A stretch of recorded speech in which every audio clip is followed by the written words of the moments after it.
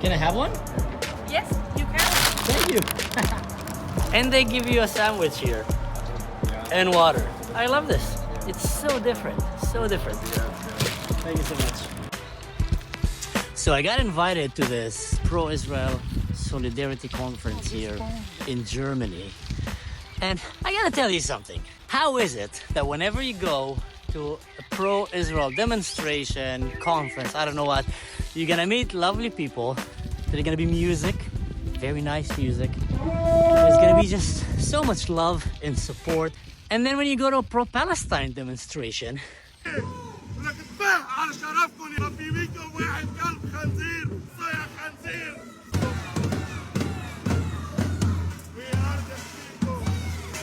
a few moments later.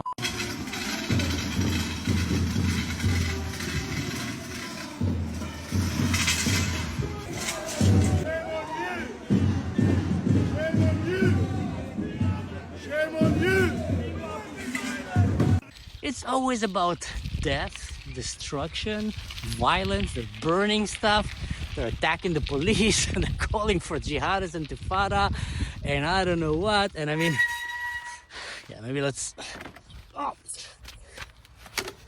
So they're calling for intifada and all kind of crazy stuff. But when you go to the Israeli side, it's always love, beauty. I mean, here, watch it. Watch the kind of music that they had here. So refined.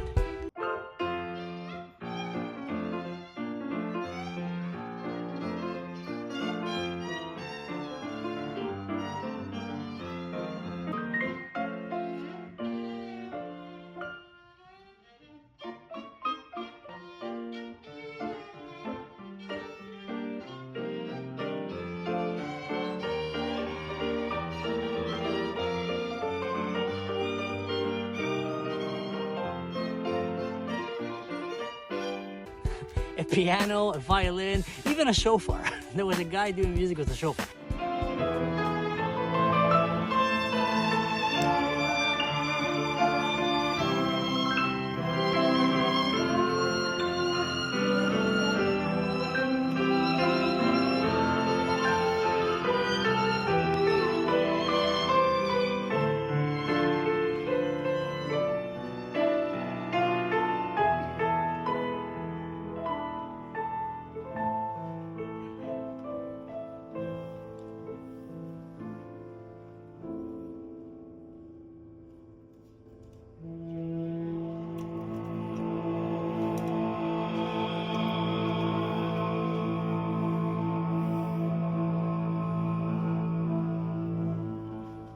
And then watching the pro-Palestine.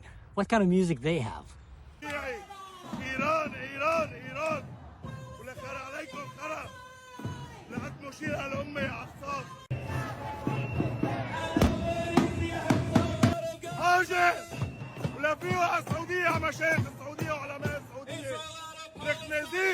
Vandalism, looting, destroying, smoke grenades. They all have masks hiding their faces. Can it be more obvious which one is the right side of history and which one is the wrong side of history? Seriously, guys. Syria is in the middle of a war call. I didn't have any microphone, so there was a lot of wind and the audio kind of sucks, but it is what it is. Yeah, so anyway, this conference was super cool. Their name is it's Israeli Summit Berlin, right here. Super cool guys. Honestly, it was so refreshing. I found someone who's a professional shofar blower. Yes, it is. How does someone get to be a professional shofar blower that can actually make music with a horn? That's a dream of my grandfather, which he gave to me when I was 18.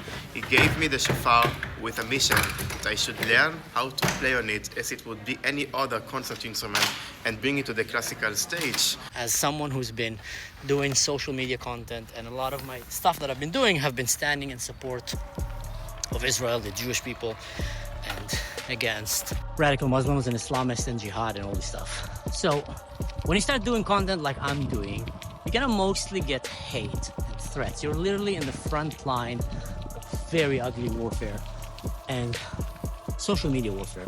And there's so many of them. Literally, for every one of us, there's like tens of thousands of them.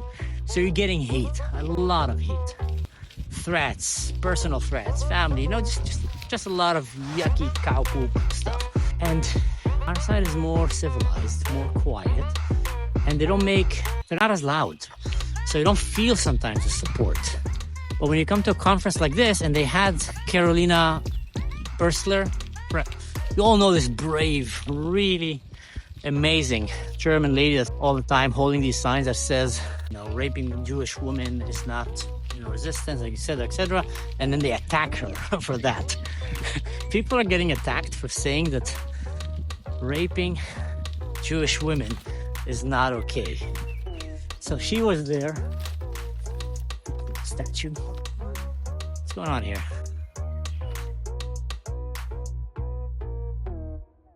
Who is he fighting? And then there's this guy here. Somehow they seem to be busy beating up animals. Why aren't people coming and getting angry at this statue? No, I'm kidding. You shouldn't get angry at statues of history. That is the dumbest thing in the world, when people go and vandalize historical figures. Oh, he owned slaves. Yeah, you idiot. Everybody owned slaves in these days, and it was a terrible thing, but that was literally the reality. And thank to these people that owned slaves, that came and stood up against slavery, we don't have slaves anymore. You see, like, you're standing on the shoulders of giants, and then you come and you think that you know everything better than everyone in history, and that you're smarter than everyone, ignoring the fact that you are here thanks to these brave men and women that did the sacrifices, and had to go against the river and against the peer pressure and risk their life so you can have the life that they have today, just so you can go and condemn them. But that brings us back to standing on the right side of history. When you stand with the Jews, you are standing with a peaceful minority against a very violent majority.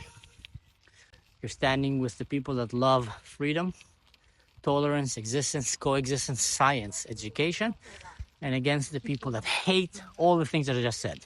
People that support women's rights, minorities' rights, against the people that hate, that don't want giving women any right, and don't want to give any minorities any rights. So that is a kind of struggle and battle that we're fighting here. Whoa, look at that. I'm in Berlin. It's like a golden angel here on a big pillar. Where am I? I'm so busy. I have no time checking where am I going, what am I doing. I just come from one conference to another and then run back to make you videos. Wow. Now that's beautiful. That is beautiful. I just lose focus when I get up there. Yeah, it takes courage, it takes bravery to stand on the right side of history, especially when it's standing with few against the many. If you're out there, your voice matters. Any attack on the Jews nowadays, especially by radical Muslims and all kind of anarchists around the world, is undoubtedly an attack against the West and against you. First they came to the Shabbat people, and then they went to the Sunday people. That is so true, guys. And it might have a price to pay in it. Absolutely. You know, the Jewish people are the best example. We paid a price for standing with our Jewish brothers and sisters. We lost great men and women who went to battle to defend and sacrifice their life. We've been hated, called traitors, and I don't know what. But then on the other hand, look at the blessing. In Israel, teenager Jewish girls just send a satellite to space. That's like a women and a teenage, and a minority. So that's kids, women, minorities were so empowered by the state of Israel that they managed to send a satellite to space with, you know, Elon Musk and SpaceX. That's the Jewish girls in Israel. What is happening to Jews in Syria and Lebanon? They're being kidnapped. The Jews in Israel, because they tied their faith with the Jews, are actually greatly blessed. And that goes to the ancient verse that says, I will bless those who bless you and I'll curse those who curse you. And I think that's one of them. You know, be a believer or not, be a religious man or not, there's just something very powerful about how accurate that statement is. Look at Europe right now. Countries that are not blessing the Jews and that are blessing the enemies of the Jews, let's say, you know, the pro-Muslim Brotherhood movement. Look what's happening. They're burning down France, UK, Belgium, even Holland. You know, they're suffering big time because the ones that are causing the problems are the ones that hate the Jews. And there's just something fundamentally, almost scientifically right about this spiritual verse. If you bless Israel, you get blessed. And it's because Israel is a peaceful, righteous, innovative, smart, courageous nation. And they're literally doing good stuff. If you choose to put yourself on the side of people who do good stuff, you're gonna get blessed by it. It's kind of simple science when you think about it. But when you're doing it and blessing the people who hate, who promote violence, who hate women, who hate gay people, who hate any different minority, who hate your way of life, hate Christianity, want to dominate the world and put it under Sharia law, and want to put women in the kitchen and make them, sex slaves, and want to, abuse children and underage marriage. Like, there's so many crimes that are happening under radical Islam, or in general under many, many not so radical Islam around the world, let's be honest. So when you bless these people, or side with them, what do you think is going to happen? You're probably not going to get blessed. If you used to choose that terminology. But anyway, guys, stay safe. And I'm going to go and check this place. Oh, and I almost forgot. They also give you a lunchbox. That is so cute. I mean, that's just awesome. You go to Pro-Israel conference. Let's unbox this. And you get an apple. Some German pastry. And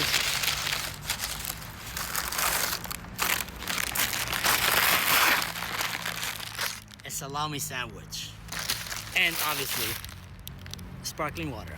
That's very German, but that's so cute. Yeah, I just love it.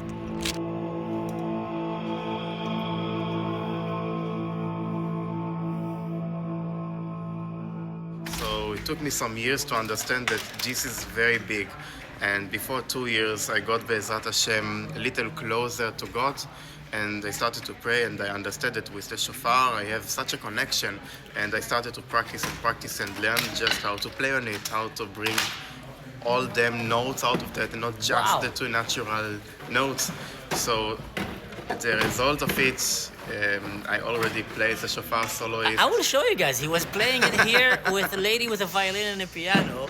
Yes, because they told me that there will be the possibility to play together. So I thought, yes, I write an arrangement for violin, shofar, and piano, and let's play chamber music together. Do you know, for me to think, if I would run with a shofar and join people, I get the police called on me. Like, there's no way that I'm gonna join a violin and a piano with a shofar without ruining everybody's day. Yes. But you made it, man. Wow, that was Thank you. beautiful. Thank So anyway, you. I'm gonna have a podcast with this guy. I want to invite him. Would you mind coming one time and just telling your story? Of course, Oh, yes. my brother. What's your name? Bar. Bal. And how Yes. can people find you on social media or whatever?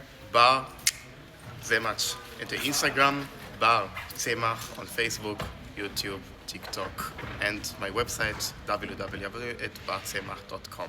I'm gonna put that somewhere here. It's gonna be somewhere.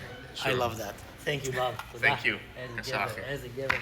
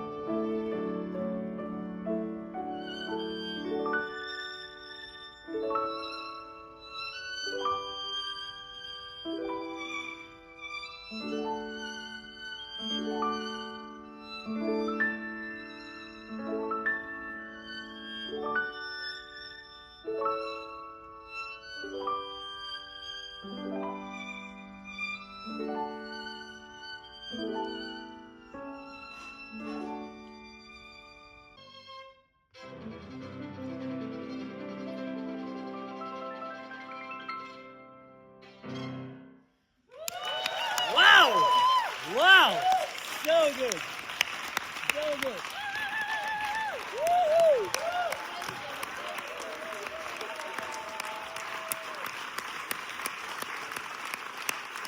So good. Woo! זאת נגיד זו הייתה תחנה אחת.